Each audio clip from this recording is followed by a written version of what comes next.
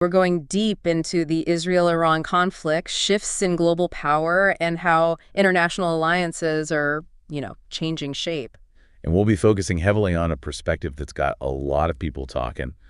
The recent analysis shared by Larry C. Johnson, specifically from his last video. Yeah, his views really challenge the mainstream narratives. They offer a very different way of looking at what's happening right now. Definitely a different lens.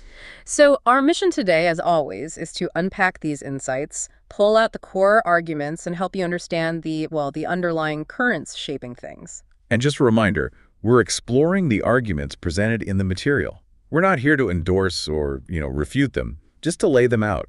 Exactly. Let's get started. Okay, diving right in. Larry C. Johnson's assessment of the recent Israel-Iran clash. He makes this absolutely startling claim. Sterling is the word. That Israel was supposedly on the brink of, quote, complete defeat after Iran's retaliatory strikes. Now, this really flies in the face of what most of us have heard. It does, and he provides some very specific details to back this up, or claims that back it up, I should say. Like what specifically? What's the supposed evidence? Well, first, he asserts Iran managed to shut down Israel's two main seaports, Haifa and Ashdod. That alone would cripple maritime traffic, right? Hugely impactful, yeah. And he adds that the oil refineries at those ports were also hit, interrupting fuel production. Okay, ports and fuel. What else? He didn't start there. Johnson claims Iran also shut down Israel's only international airport, Ben Gurion, cutting off air travel completely. Wow, the only international one. That's what he claims, and alleges military airfields were hit too, damaged, but says Israel blocked any visual proof of that damage. And he mentioned other targets too, didn't he? High-value ones. He did. He claims facilities analogous to, say, the Pentagon, CIA, FBI, NSA equivalents in Israel were hit. He even mentions the Weizmann Institute and the Dimona nuclear facility, though he's clear the reactor itself wasn't breached. So, quite a list.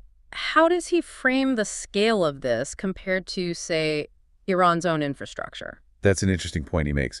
He emphasizes Iran's sheer size, geographically 3 times Ukraine, larger population, and crucially 29 international airports. Compared to Israel's one, which he says was shut down. Exactly. So the relative impact of shutting down that single airport is, in his view, far more devastating for Israel than a similar hit would be for Iran. Okay, and what about the cyber aspect? He mentioned a big Israeli attack. Right. On June 13th, he alleges this major cyber attack was meant to, quote, bring an end to Iran, cause regime collapse. High stakes. Very. But Johnson claims it backfired. Instead of collapsing, it actually unified the Iranian people. Huh. And he mentioned Russia. Yes. Claims Russian cyber help got Iranian systems back online in just 10 hours. This, after an attack supposedly designed to keep them down for a week or more. So, a rapid recovery, allegedly with help, but maybe the most sensational claim is about the air defenses. Oh, absolutely. Yeah. Johnson asserts that Iran's ballistic missiles, quote, exhausted and defeated Israel's very sophisticated multi-layered air defense systems. He's talking Iron Dome. Iron Dome for the shorter range stuff, yep. David Sling for medium to long-range missiles. And the big U.S. systems. EHA and Patriot missiles, exactly. The top-tier stuff for ballistic missile interception at high altitudes. Johnson just flatly characterizes these defenses as having, quote, failed. Failed. That's a strong word against some of the world's most advanced tech. And he ties this into cost, doesn't he? He does, and this is a critical point in his analysis. He highlights this stark cost disparity. Okay, lay out the numbers he uses. He claims Israeli interceptors, like Arrow 2 and Arrow 3, cost around $2.5 to $3.5 million each. Oh, expensive. And the U.S. supplied aid. A staggering $13 million per missile, according to him. 13 million, wow, and the Iranian missiles. His estimate, between $500,000 and $1 million to produce. A fraction of the cost of the interceptors. So what does this all mean, according to Johnson, this massive cost difference? Well, if his figures are even close to accurate, it points to a huge potential vulnerability. It's about economic sustainability. You mean you can't afford to keep shooting down cheap missiles with hyper-expensive ones indefinitely? Precisely. Johnson argues a nation relying solely on these high-cost defenses could literally run out of money facing a sustained barrage of cheaper offensive missiles. And he thinks this happened to Israel. He states it directly. He believes Israel's funds for these defenses were depleted in this exchange. And he warns the U.S. could face the same problem. So a potential Achilles heel in modern defense strategy based on economics. That's his argument, that the math just doesn't work long-term for the defender in this scenario. Moving on slightly, Johnson's analysis suggests a broader takeaway for the U.S. and Israel. Yeah, he argues they both learned they, quote, couldn't intimidate Iran. That the old playbook of, flyovers and limited strikes just didn't achieve the desired outcome this time. And this experience, he thinks, taught Iran a lesson, too. A critical one, in his view. He suggests Iran is now seriously reconsidering a past offer from Russia. What kind of offer? A, quote, full-on defense pact, something similar to the Russia-North Korea treaty. A formal alliance, basically. What's his evidence for this? He points to the recent meeting in Moscow, Iran's foreign minister meeting Putin and Lavrov, and specifically notes a personal letter carried from the Ayatollah to Putin. And Johnson speculates the letter's purpose was? To formally request this comprehensive defense pact. That's his interpretation. Okay, and zooming out, what does Johnson see as the real strategic motive behind these conflicts? He dismisses the nuclear program focus. Right. He calls the nuclear program a red herring, compares it to the claims about Saddam Hussein's WMDs before the Iraq War. So if not nukes, then what? Regime change. Plain and simple, according to Johnson. He claims the goal is, quote, getting rid of the Islamic Republic and installing a, his word, slavish government, obedient to the U.S. And the bigger picture reason for wanting that? To weaken Russia and China. He explicitly frames Iran as a crucial chess piece in this larger great power competition. He uses a pretty vivid analogy involving Russia, too, doesn't he? He does, the Godfather analogy. He suggests Russia had a, quote, Barzini moment after that June 13th cyber attack. A Barzini moment, meaning? A sudden, clear realization of who their real adversaries are and a decisive shift in how they see the strategic landscape, like in the movie, realizing Barzini was behind it all along. And who does Johnson cast as Barzini in this scenario? He claims Russia realized Israel was allegedly involved in drone attacks inside Russia, even attempts to assassinate Putin. Wow, those are huge allegations. Massive.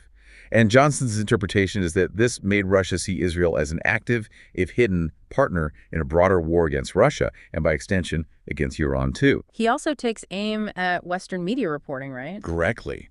Specifically mentions the New York Times dismissing reports that Russia was abandoning its allies as, quote, Western propaganda. And he attributes this spin to? He points to what he calls a strong Iranian expatriate community in the U.S., working, in his view, to shape the narrative and downplay the strength of the Russia-Iran relationship. Okay, let's pivot to the economic side. This is where it gets really interesting, connecting Iran to BRICS. How does Johnson frame this? He positions Iran as absolutely vital, a, quote, critical linchpin in the BRICS system. Not just a member, but critical. Yeah, he sees BRICS as more than just an economic club. It's an ambition, mainly driven by China and Russia, that's been accelerated by recent events. And he calls it an, quote, existential threat to the U.S.-dominated global financial system. An existential threat? How so? What are the mechanics of that threat, according to him? He highlights China's moves. Securing stable oil from Russia and Iran, that's one piece. But the bigger piece is China's CIPS, the cross-border interbank payment system. CIPS. Tell us more about that. It's a digital payment system, uses blockchain, works almost instantly seconds, he says. He contrasts it sharply with SWIFT, the system most banks use now, which can take days for transactions to clear.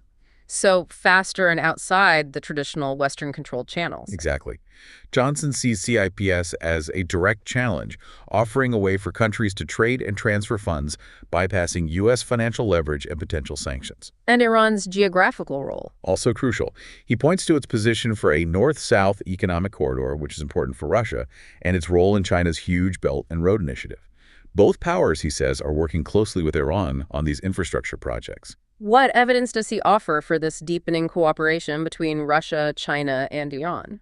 He points to the joint naval exercises. They've been happening every March since 2019. Russia, China, Iran, together in the Indian Ocean. Consistent military cooperation, then? Seems so.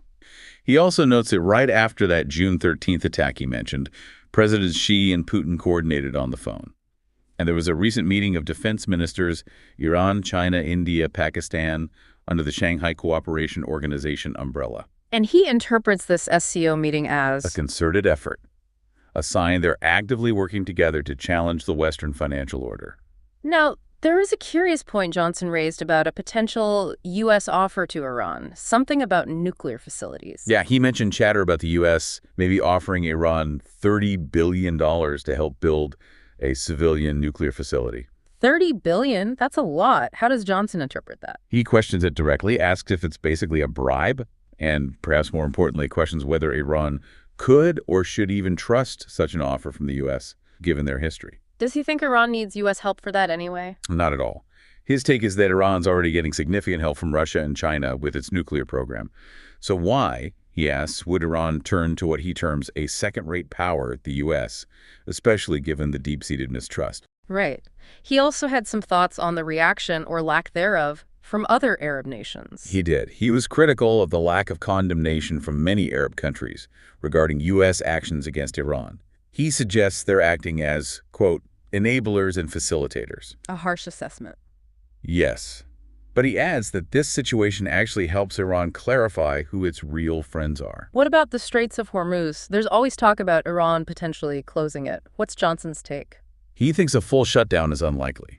Instead, he predicts something more like selective enforcement, similar to what the Houthis are doing in the Red Sea, according to him, targeting specific ships like those linked to the U.S. or Europe while letting others pass. And he draws a comparison there. He does. He emphasizes that the U.S. hasn't been able to stop the Houthis, yet claims victory over Iran. He sees a major discrepancy there, questioning the U.S. narrative on its capabilities versus reality. Okay, let's shift gears now to Europe and the Ukrainian front. NATO recently talked about boosting defense spending, right, for Ukraine. That's right. A 5% increase discussed at the summit aimed at ramping up weapon production. But Johnson's outlook for Ukraine, based on his analysis, is, well, it's quite different. It's grim. Very grim. He essentially believes Ukraine might, quote, not exist as a unified country by the time that money actually makes a difference on the ground. Not exist. That's extreme. It is. And he points to a shift in Russia's position as evidence. Russia now opposes Ukraine joining the EU, which they didn't object to before. Johnson says Russia sees the EU now as just an extension of NATO. And on the battlefield, what's his assessment of Russia's progress? He claims Russia is making rapid advances. Full capture of Luhansk, anticipating Donetsk to fall by maybe the end of August. Significant gains in other regions too, Dnipropetrovsk, Sumy, Kharkiv, Zaporizhia. So he sees the front line potentially collapsing. He predicts Ukraine could, quote, crumble fast. That's his assessment of the military situation. And he raised concerns about potential escalation involving neighbors. Yeah, specifically Poland. He mentioned reports they might be considering sending troops into Belarus. Highly provocative in his view. And NATO troops already in Ukraine? He points to what he calls a growing, though unofficial, NATO presence in Odessa. Troops from the UK, France, Australia. And he issues a stark warning. Russia would see these deployments as, quote, legitimate targets. Which obviously raises the stakes significantly. Hugely. Potential for direct clashes. Okay, turning finally towards the U.S. domestic situation, Johnson discussed FBI counterterrorism efforts. Yes, the allocation of 2,000 FBI agents for counterterrorism. And he links this to Iran's warning about potential Israeli, quote, false flag operations on U.S. soil. A false flag blamed on Iran, presumably. But What's Johnson's take on Iran actually conducting attacks in the U.S.? He dismisses it adamantly, argues Iran doesn't target U.S. civilians. He brings up historical examples like the Marine barracks bombing in Beirut. Which he frames as a military target, a response to specific U.S. military actions at the time, not random terrorism against civilians. And who does he point to historically as actors who have targeted U.S. civilians? He argues it's historically been Sunni-backed groups, often linked to Saudi Arabia, Qatar, the UAE, not Iran. So he sees this false flag warning or the potential for it as a pretext, a manufactured reason to justify regime change in Iran. That's his interpretation of that dynamic. And lastly, the idea of a U.S.-Russia summit anytime soon.